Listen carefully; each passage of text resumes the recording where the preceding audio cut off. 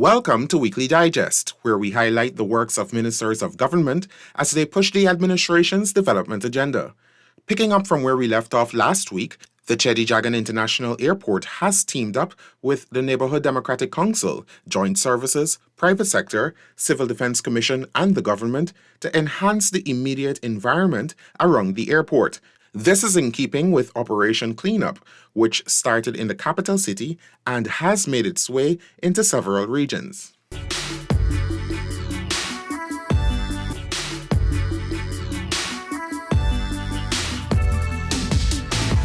We are part of that national cleanup exercise that the president has started, in which we are aiming to make sure that we could remove garbage and we could get our villages and areas in a pristine type of manner, in aesthetically pleasing to the eyes. This area is particularly important because it is actually the gateway to our country.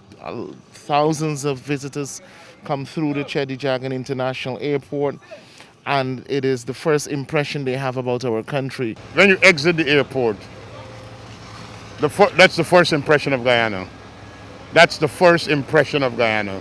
And I think all Guyanese should work together to ensure that we have that impression that we give to our tourists and to our visitors.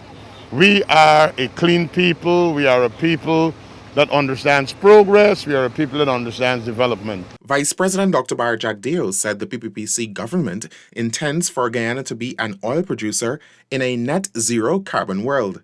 He made the comment in an interview with the New York-based publication Vice News. The world will need in 2050, in a net zero carbon scenario, 24 million barrels of oil per day.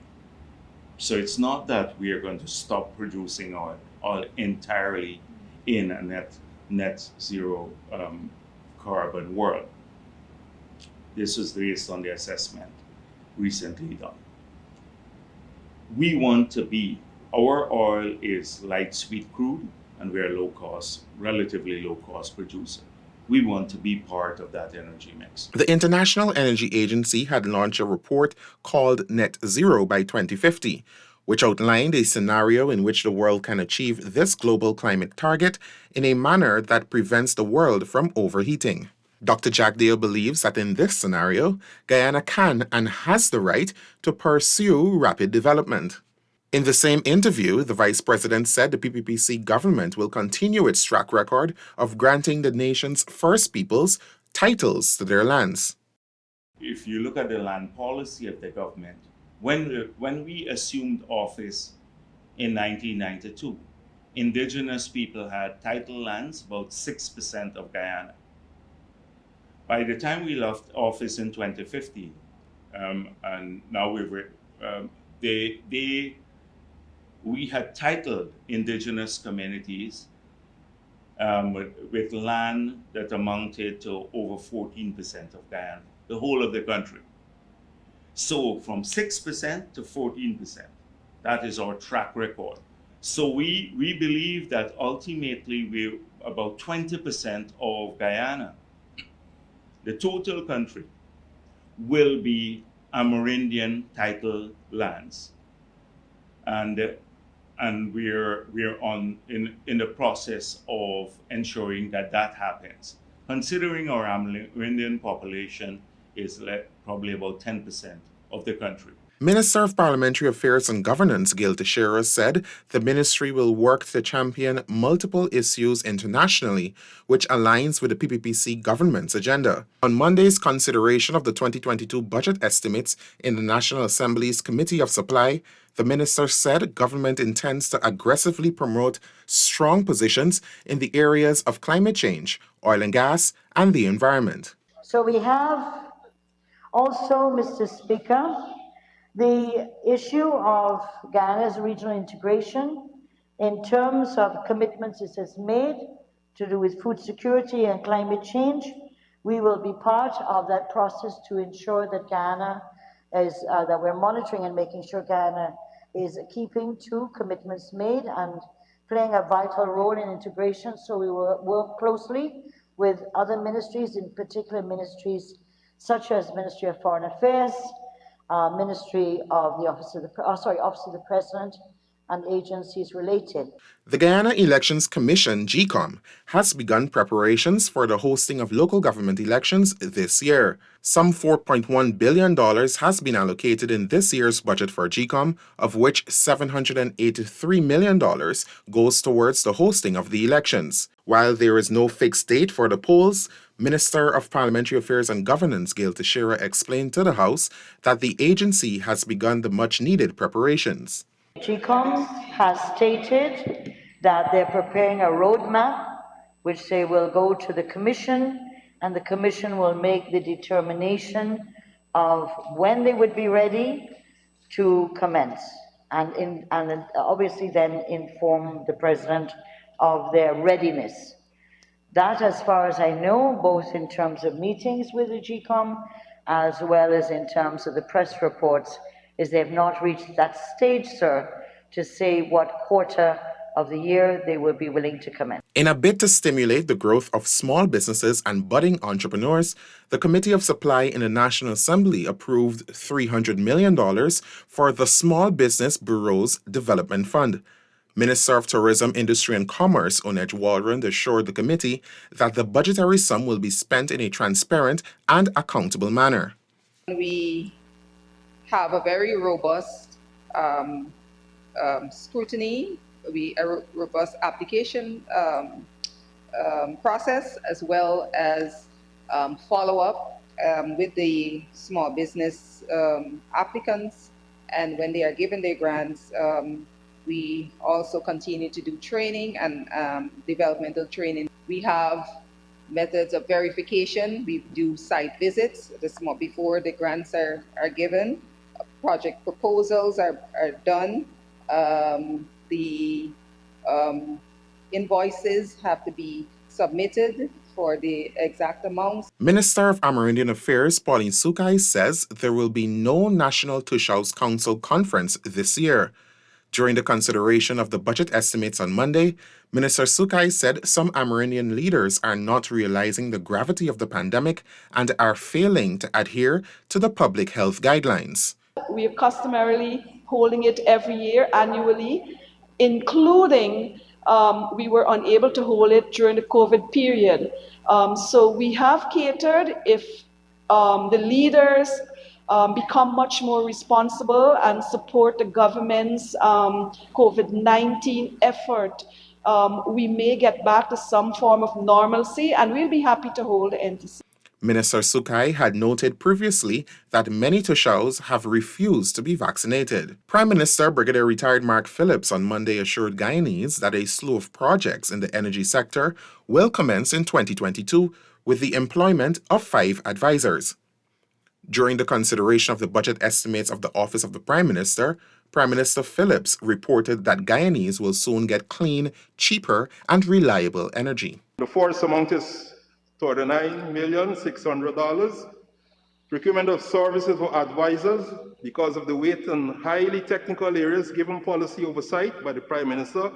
There is a need for sufficient advisors. He also assured the opposition that the PPPC government will ensure the procurement process is followed. These projects will ensure Guyana joins a number of countries that rely heavily on clean energy. According to the United Nations Development Fund, while fossil fuels used to be cheaper, renewable energy is becoming more affordable every year.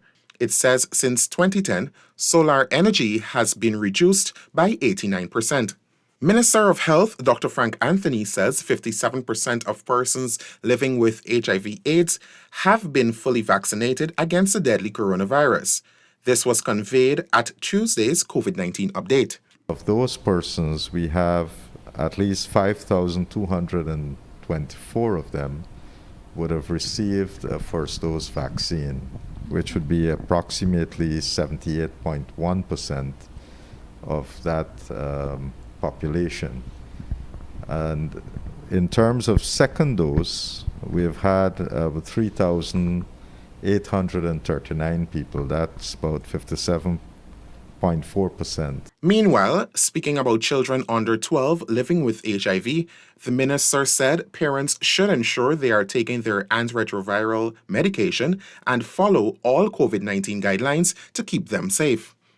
The Guyana Sugar Corporation, GuySuco, has re-employed close to 500 persons at the Rosal Sugar Estate to strengthen the factory's workforce to begin operation. During the consideration of estimates and expenditure for Budget 2022 on Tuesday, Minister Zulfikar Mustafa announced that some 41% of the work in the factory has been completed. The $4 billion that is in the capital program for GuySuco will go to do that, and also to go to part will go to enhance the reopening of Rosal Estate. We have already employed close to about 500 persons at Rosal Estate already, and I'm hoping that this year we'll continue to employ those persons who were put on the breadline and dismissed by the AP and UAFC government. Minister Mustafa said the $4 billion budgeted to conduct critical works at GuySuco will further accelerate the administration's plan to revitalize the sugar industry. Minister of Public Works Bishop Juan Edgel says government is engaging a new bidder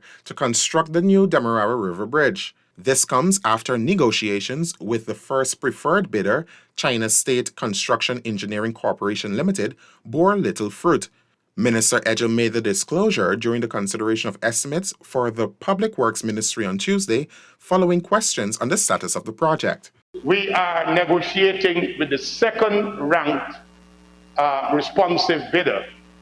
Because negotiations are ongoing, disclosures on this matter would be very, very concerned, and I will be very restricted in what I say, but I can tell you the negotiations are ongoing, and the next meeting will be tomorrow morning. The assurance was given by the minister when negotiations are concluded and an agreement is reached, all the terms and conditions will be made public. The Ministry of Labor plans to launch an aggressive sensitization program focused on labor relations and workers' safety this year. This follows the approval of $18.5 million by the Committee of Supply. Minister Joseph Hamilton told the committee that on February 11, his ministry will host its first labor conference to engage companies operating in or with a link to the oil and gas industry. We will roll out a PR and communication strategy to deal with the issue of safe work, because we have been aggressively dealing with the issue of health and safety. And just for reference, because of the work that was done by that department, we have decreased workplace deaths in our first full year in office by 16%. The PPPC government has returned a program it had introduced before 2015, which provides for subsidized purchases of laptops to teachers enrolled at the Cyril Potter College of Education, CPCE. This was disclosed by Minister of Education Priya Manikchand during the scrutiny of budget estimates. Before the PPPC left office in 2015, we had a program, a rotating fund, where each student was given the opportunity to purchase at a heavily subsidized cost a computer. And that program was crashed and collapsed and neglected and not followed by the AP and UAFC. It was replaced by nothing, even though that party had come into office promising one laptop per teacher.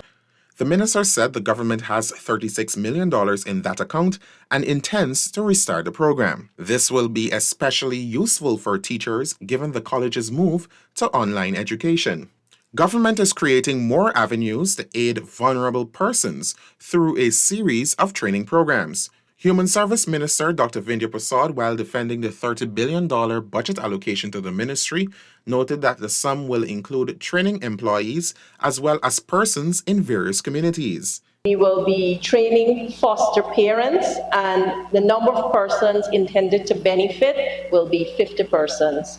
And we are looking at the existing list of foster parents to work with, so that we're looking at long-term indicator of potential adoption and to strengthen how they deliver care to children right now. Additionally, a whopping 300 persons will be trained in positive parenting, created to play an integral role which will be spread countrywide.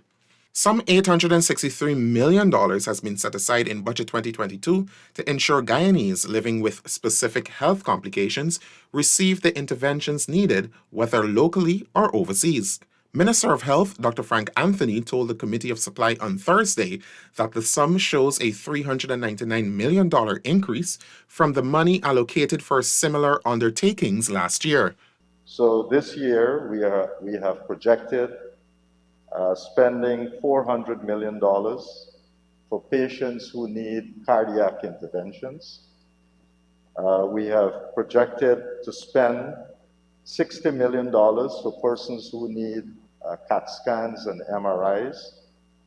And under this heading, we have projected $180 million to give dialysis patients $600,000 per annum. A total of $20 million has been assigned for patients who need specialized eye care and operations. Further, a sum of $12 million will be invested for patients who would need prosthetic limbs. We have also put under this heading another $70 million to assist persons who need radiation. So there are people who would need like brachytherapy and other forms of radiation therapy. We have allocated $18 million here for cross-matching. These are patients who are going to get renal transplants, but to do so, we need to cross-match them to make sure that they're compatible with the donor. Over $1 billion was approved on Thursday by the Committee of Supply for the construction and rehabilitation of several police stations countrywide. The money forms part of the $27.8 billion earmarked for the Ministry of Home Affairs. Minister of Home Affairs Robertson Ben says the money caters for several new projects to come on stream this year. For regional command operations stations, we will be doing work at Anna Regina, Leonora, Fort Wellington, the Central Police Station, and at Wismont for $150 million. We will be upgrading the TSU operational area for $40 million. There will be construction of a floating ramp for the Marine Police at Rheinveld for $12 million. We intend to reconstruct the CID headquarters building for $28 million. By Thursday afternoon, the National Assembly approved the $552.9 billion 2022 budget by the passage of the appropriation bill. The Fiscal Enactment Amendment Bill 2022 was also passed to make way for the budget measures. The bill is intended to amend the various tax statutes that require amendment for the purposes of giving effect of the measures included in Budget 2022. It would be recalled, for example, sir, that there are provisions in the bill, in Budget 2022 that are intended, for example, to increase the income tax threshold. On Friday, 12 Guyanese received certifications on good practices in port security. The workshop training venture was held remotely in October 2021, jointly organized by the Embassy of Chile in Guyana and the Maritime Territory and Merchant Marine. Speaking at the Simple Certification Awards ceremony was Minister of Public Works Bishop Juan Edgell, who commended the relations of Guyana and that of Chile and told the beneficiaries how important the skills and knowledge gained in this program are to the development of Guyana. Where Guyana is going, you, the recipients of this training, is very important. The face of Guyana is changing.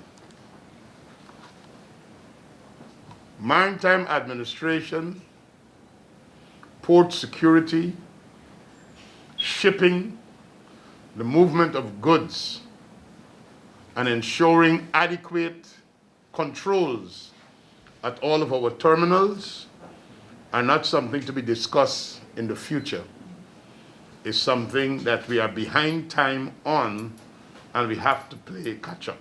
That's it for this edition of Weekly Digest. For these and other government-related information, do log on to our website at dpi.gov.gy and our social media platforms as well. Goodbye.